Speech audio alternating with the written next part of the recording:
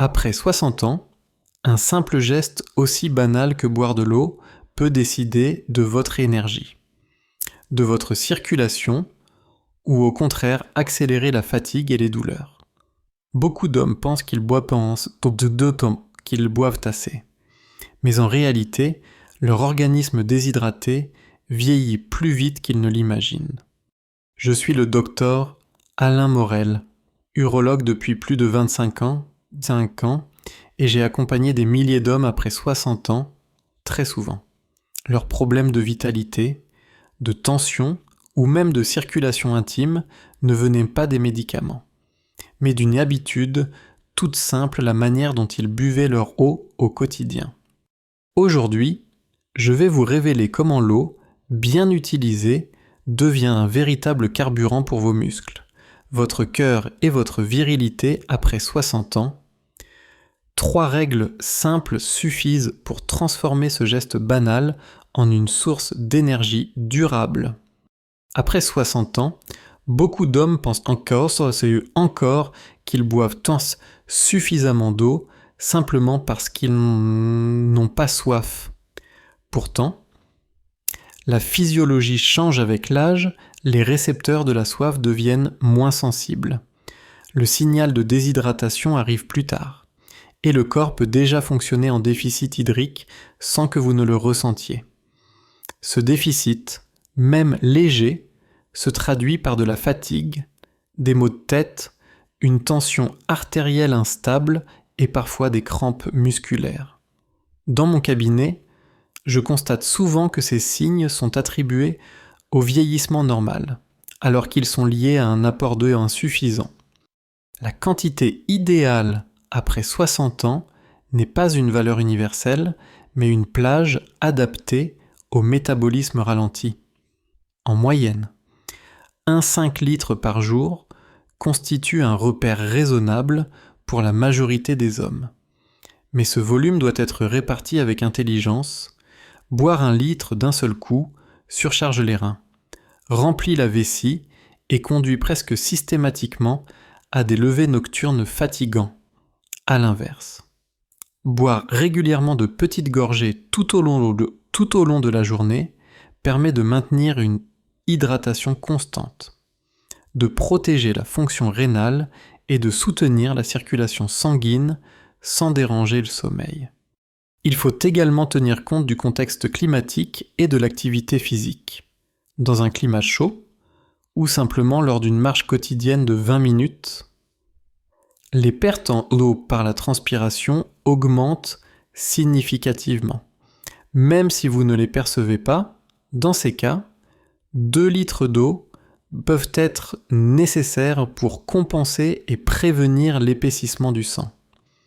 Un sang trop visqueux augmente la charge de travail du cœur, fatigue les artères et réduit l'oxygénation des tissus, ce qui se traduit parfois par des étourdissements ou une sensation de jambes lourdes. Il existe aussi un lien direct entre la quantité d'eau et le fonctionnement digestif. Un apport insuffisant ralentit le transit, favorise la constipation chronique, fréquente après 60 ans, et rend la digestion plus pénible. En revanche, des prises régulières d'eau facilitent le travail intestinal, stimulent la sécrétion de suc gastrique et réduisent la sensation de ballonnement après les repas. J'ai suivi un patient de 68 ans qui, après avoir simplement adopté la règle un petit verre avant chaque repas et un autre 2 heures après, a vu ses douleurs abdominales diminuer et son énergie matinale augmenter. Enfin, une hydratation adaptée influence la vitalité masculine d'une manière souvent sous-estimée. Le pénis est un organe vasculaire, dépendant de la fluidité du sang et de la bonne dilatation des artères. Un organisme déshydraté a un volume plasmatique réduit. Le sang circule plus difficilement et les érections deviennent mécaniquement moins fermes. A l'inverse, un apport quotidien régulier en eau optimise la perfusion sanguine, soutient la fonction endothéliale et renforce la confiance interne. La règle pratique est simple, visez environ 8 verres moyens dans la journée.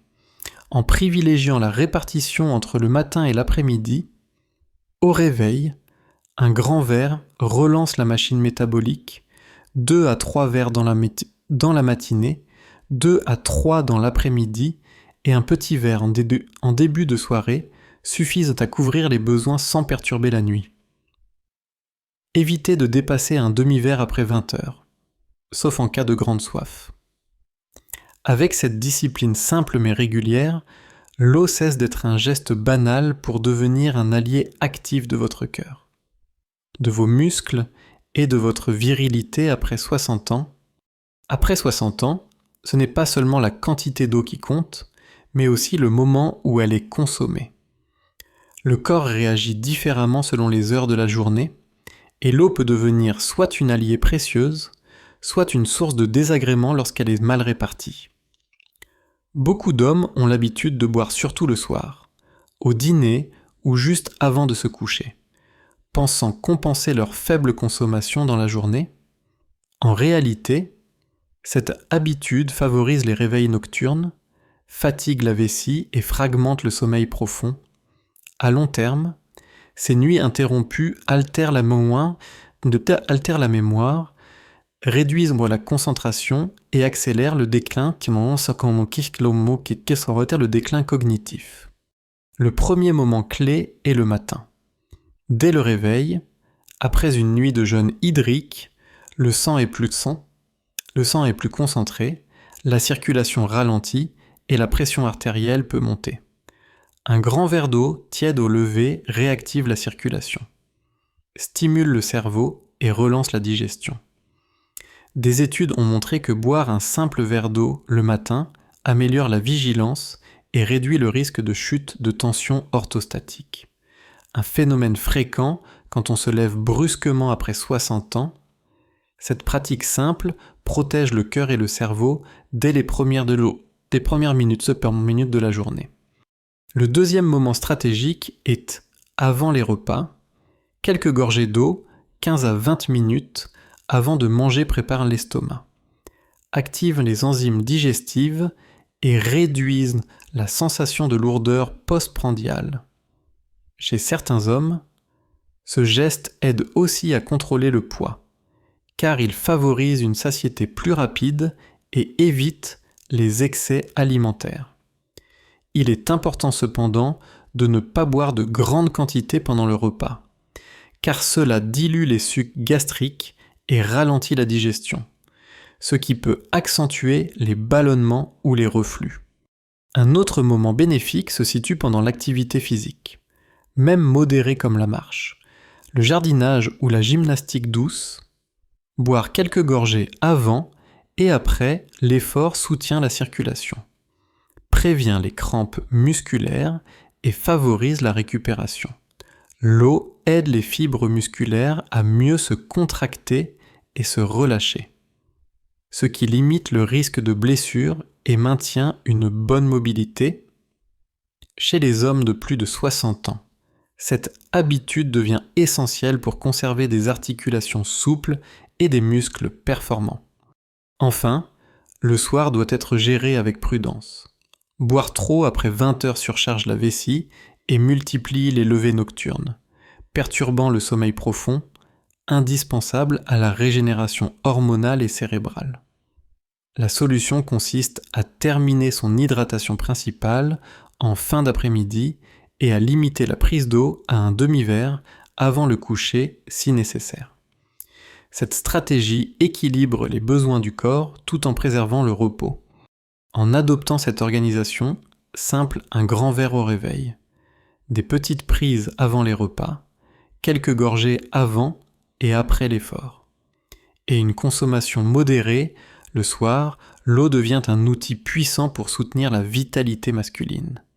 Elle agit sur la tension artérielle, la digestion, la mobilité et même la performance intime, car un organisme bien hydraté, au bon moment, dispose d'une meilleure fluidité sanguine, condition indispensable aux érections fermes et naturelles. Cette précision temporelle transforme l'hydratation en un véritable traitement quotidien, gratuit, accessible et souvent négligé. Beaucoup d'hommes après 60 ans pensent que toute eau hydrate de la même façon. Pourtant, la qualité de l'eau que vous buvez influence directement vos reins, votre tension artérielle, votre digestion et même votre vitalité masculine. À cet âge, la fonction rénale décline naturellement. Les reins filtrent moins efficacement le sodium et les déchets métaboliques. Une eau trop riche en sels minéraux, en particulier en sodium, peut donc alourdir leur travail, augmenter la pression artérielle et accentuer la rétention d'eau dans les jambes. C'est pourquoi le choix de l'eau n'est pas un détail, mais une véritable mesure de santé. Les eaux gazeuses, souvent consommées pour leur goût agréable ou pour faciliter la digestion, posent également problème. Le gaz carbonique qu'elles contiennent distend l'estomac, provoque des ballonnements et accentue les reflux gastro-œsophagiens, déjà fréquents après 60 ans. De plus, certaines eaux gazeuses naturellement riches en sodium entretiennent l'hypertension. Facteur de risque cardiovasculaire majeur.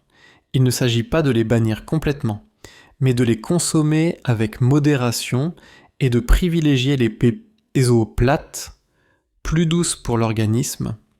Les EOS très minéralisés, souvent recommandés pour leurs apports en calcium ou en magnésium, doivent également être utilisés avec discernement. Si un déficit minéral est confirmé par un médecin, une cure ponctuelle peut être bénéfique, mais une consommation quotidienne d'eau trop chargée peut au contraire favoriser la formation de calculs rénaux, fréquents à partir de 60 ans, ou surcharger le système digestif. L'idéal, pour l'usage courant, reste une eau de source ou une eau filtrée à faible résidu à sec, généralement inférieure à 102 ml. Cette indication, souvent inscrite sur l'étiquette, garantit une charge minérale adaptée à l'organisme vieillissant. La filtration de l'eau du robinet constitue une alternative intéressante pour réduire le chlore, le calcaire ou les éventuelles impuretés. Un simple filtre à charbon actif ou une carafe filtrante améliore le goût, diminue les irritations gastriques et protège le fonctionnement des reins. Dans certaines régions où l'eau est très dure, riche en calcaire, cette précaution devient un geste de prévention efficace contre les calculs et les inconforts digestifs. Enfin, il est important de rappeler que l'eau est aussi un vecteur de vitalité sexuelle. Une eau de mauvaise qualité, trop salée ou trop gazeuse, peut contribuer à une circulation sanguine moins fluide. Or, la qualité des érections dépend directement de la microcirculation artérielle. Boire une eau légère, pauvre en sodium et régulièrement répartie dans la journée, favorise la dilatation vasculaire, améliore la perfusion des organes et soutient la confiance intime. L'eau devient alors un véritable partenaire de la masculinité après 60 ans. La règle est donc claire, choisissez une eau plate, peu minéralisée, filtrée si nécessaire. Et faites-en votre boisson principale, variée occasionnellement avec des tisanes légères ou de l'eau légèrement citronnée. Mais évitez les eaux trop chargées ou les sodas qui fatiguent l'organisme. Avec cette simple attention portée à la qualité, chaque verre d'eau se transforme en un soin invisible mais puissant pour vos reins, vos artères et votre vitalité. Peu d'hommes réalisent que la déshydratation agit directement sur leur vitalité sexuelle. Pourtant, le mécanisme est simple, le pénis est un organe vasculaire, constitué de tissus érectiles qui se gonflent de sang. Si l'organisme manque d'eau, le volume plasmatique diminue, le sang devient plus visqueux et la microcirculation se ralentit. Résultat, les artères se dilatent moins bien, les érections sont moins fermes et moins durables. Ce n'est pas une question de désir, mais une question de physiologie. Une hydratation régulière optimise la fluidité sanguine et améliore le fonctionnement de l'endothélium, cette fine couche qui tapisse l'intérieur des artères et régule leur ouverture. Après 60 ans, l'endothélium est souvent fragilisé par l'hypertension, le diabète ou l'athérosclérose. Le sang d'homme devient alors un soutien discret mais essentiel pour maintenir sa souplesse et favoriser la dilatation des vaisseaux. Des études ont montré que même une légère déshydratation réduit la capacité d'érection en diminuant la pression intracaverneuse. Preuve que l'eau est un facteur déterminant de la performance intime. Il existe aussi un effet indirect. L'eau améliore la fonction rénale, élimine les toxines et régule la tension artérielle. Un système cardiovasculaire propre et bien irrigué soutient naturellement la réponse sexuelle. Au contraire, un organisme déshydraté accumule les déchets, épaissit le sang et oblige le cœur à travailler davantage. Cet excès d'effort fragilise les artères périphériques, y compris celles qui irriguent la région génitale. Les conséquences se traduisent par une baisse progressive de la confiance intime et un sentiment de déclin, alors qu'une simple stratégie d'hydratation régulière pourrait inverser la tendance. Sur le plan pratique, associer l'eau à l'activité physique est une clé simple. Une marche de 20 minutes après le déjeuner ou en fin d'après-midi, accompagnée d'un verre d'eau avant et après l'effort. Améliore la circulation générale et stimule les tissus érectiles. L'exercice active la pompe musculaire. L'eau maintient la fluidité du sang et les deux ensemble créent un environnement optimal pour la vitalité intime. Même sans médicaments, ce duo favorise des érections plus naturelles et plus stables. Il est également utile de rappeler que certaines boissons ne remplacent pas l'eau, le café, l'alcool ou les sodas sucrés déshydratent au lieu d'hydrater. Beaucoup d'hommes de plus de 60 ans consomment ces liquides en pensant compenser leur soif. Mais ils aggravent au contraire le déficit hydrique et fragilisent encore plus la circulation intime. La règle est claire, l'eau doit rester la boisson principale, et les autres ne peuvent être que des compléments occasionnels. En intégrant consciemment l'eau comme un allié de la sexualité, vous transformez un geste banal en une habitude thérapeutique. Boire régulièrement, fractionner, avant l'effort ou l'intimité, prépare le corps à répondre de manière plus efficace. Ce n'est pas une solution miracle, mais un socle physiologique incontournable. Car après 60 ans, la différence entre un organisme déshydraté et un organisme bien hydraté se lit dans la vigueur. La confiance et la qualité de vie quotidienne. Après 60 ans, boire de l'eau n'est plus un geste banal, c'est un choix de vie qui redonne de l'énergie, soutient le cœur, protège les reins et ravive même la vitalité intime. La bonne quantité, au bon moment, avec la bonne qualité, et l'eau cesse d'être transparente, elle devient un carburant discret mais puissant. Chaque verre est une manière de reprendre le contrôle sur son corps. Une façon de dire « je ne laisse pas l'âge m'imposer sa loi ». Vous n'avez pas besoin de médicaments compliqués ni de solutions coûteuses.